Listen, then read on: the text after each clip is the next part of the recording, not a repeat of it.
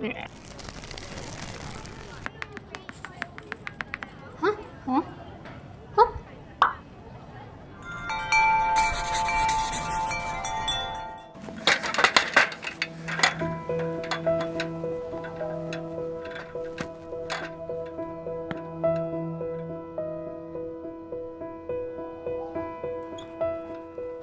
habe mal eine Geschichte gehört von einem Mädchen, nennen wir sie mal Sarah. Sie hat eine schwere Kindheit, war Waisenkind und ist in Kinderheimen aufgewachsen, bis sie 10 Jahre alt war. Und mit 10 Jahren, da wurde sie von einer Familie adoptiert, die sie wirklich liebte und die sehr gut zu ihr war. Eines Tages kam sie dann zu ihrem neuen Vater ins Büro, also in sein Homeoffice. Und sie hatte zusammengespart so einiges an Geld aus ihrem Taschengeld und wollte ihm das schenken und sagte, also ich dachte, vielleicht kannst du das gebrauchen für einen Einkauf oder für Reparaturen oder was so ansteht, also ich möchte es dir geben. Und da hat eben ihr Vater sie dann angeschaut, ganz eindringlich, und leise, aber bestimmt zu ihr gesagt, Sarah, hör mal, nein, ich will dein Geld nicht. Wir lieben dich, wir wollen kein Geld von dir haben. Wir wollen nur, dass du glücklich bist und dass du spielen kannst mit deinen Freunden und dich entfalten kannst. Du brauchst uns nichts bezahlen dafür. Ich glaube, diese Geschichte rührt vielen von uns an, weil vielleicht haben wir nicht das Gleiche in unserem Leben erlebt, aber doch so etwas Ähnliches. Es gibt Zeiten, in denen wir versucht haben, uns die Liebe eines anderen zu erkaufen. Vielleicht liegt es auch in den Anstandsregeln, die wir kennen, die in manchen Kulturen so gang und gäbe sind. Wenn du brav bist, dann kommst du gut an und wirst du geliebt.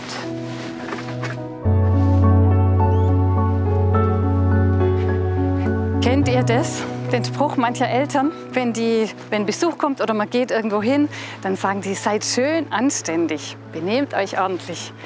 Und das geht ja mit uns durchs Leben. Also dieses Gemochtsein, das müssen wir uns scheinbar irgendwie verdienen.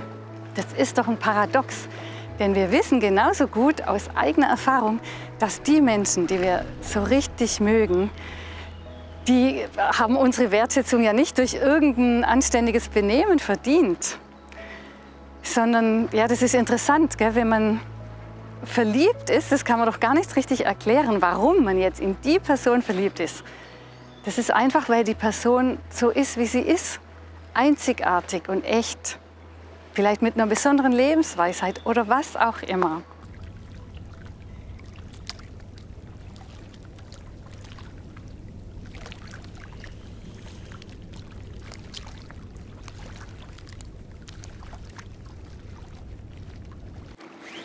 Wie sehr können wir da drin ausruhen, wenn wir uns geliebt erleben? Das macht uns von innen schön und schenkt uns so eine innere Freude.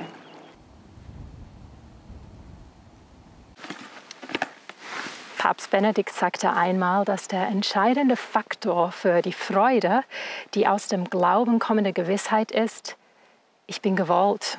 Und ich habe auch einen Auftrag in der Geschichte. Ich bin angekommen und bin geliebt. Ja, der Mensch, der kann sich selbst nur dann annehmen, wenn er von einem anderen angenommen ist. Es braucht das Dasein des anderen, der ihm nicht nur mit Worten sagt, es ist gut, dass du bist. Denn nur vom Du her kann der Mensch zu sich selbst kommen. Weiß er, dass er angenommen ist und kann er sich selbst auch annehmen. Wer sich nicht schon mal von einem anderen als geliebt erlebt hat, der kann sich auch selbst nicht lieben. Und wie wichtig ist es daher, dass wir immer wieder einander zeigen, dass wir uns gern haben, dass wir einander helfen und aufbauen. Und eben, da sagt auch der Papst Benedikt weiter, aber alles menschliche Annehmen ist zerbrechlich. Und letztlich brauchen wir ein unbedingtes Angenommensein. Nur wenn Gott mich annimmt und ich dessen gewiss werde, weiß ich endgültig, dass es gut ist, dass ich bin. Was für eine großartige Botschaft.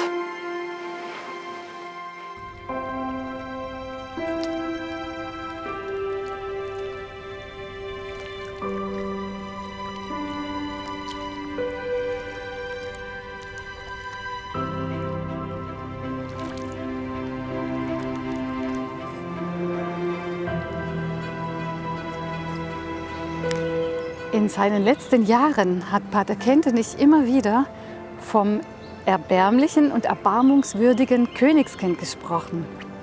Das ist ein Kind Gottes, das sich zwar manchmal auch begrenzt und schwach erlebt, erbärmlich eben, aber gleichzeitig genau darin von Gott angenommen und geliebt ist. Also voller Würde, erbarmungswürdig. Königskind, weil von Gott angeschaut. Wir müssen seine Liebe nicht verdienen durch anständiges Benehmen. Er liebt uns bedingungslos. Immer. Vor einem Jahr haben wir schon einmal ein Video gemacht, in dem wir auch Schwemmholz gesammelt haben. Da kann man ja echt so schöne Sachen damit machen. Eine Mitschwester von uns, die hat es da zu einer richtigen Meisterschaft gebracht. Und sie gestaltet mit Vorliebe Königskinder daraus, aus diesen Stücken.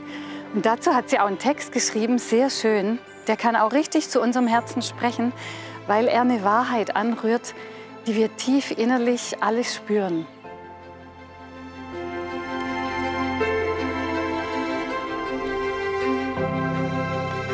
Königskind, mit all deinen Ecken und Kanten, den Unscheinbarkeiten. Ob es sich immer so königskindmäßig anfühlt, das Leben als Königskind?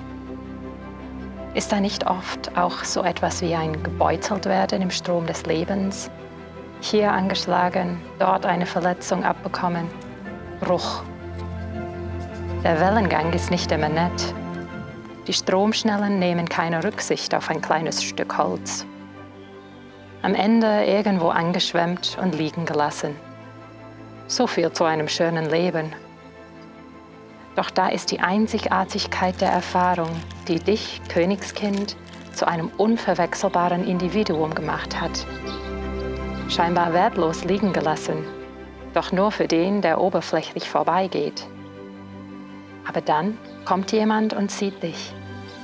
Erkennt in diesem Holz die königliche Würde, die Schönheit, die Leichtigkeit und das Staunen des Kindes, die Lebendigkeit der Form, wunderschön. Und auf einmal kommt da etwas zum Leuchten.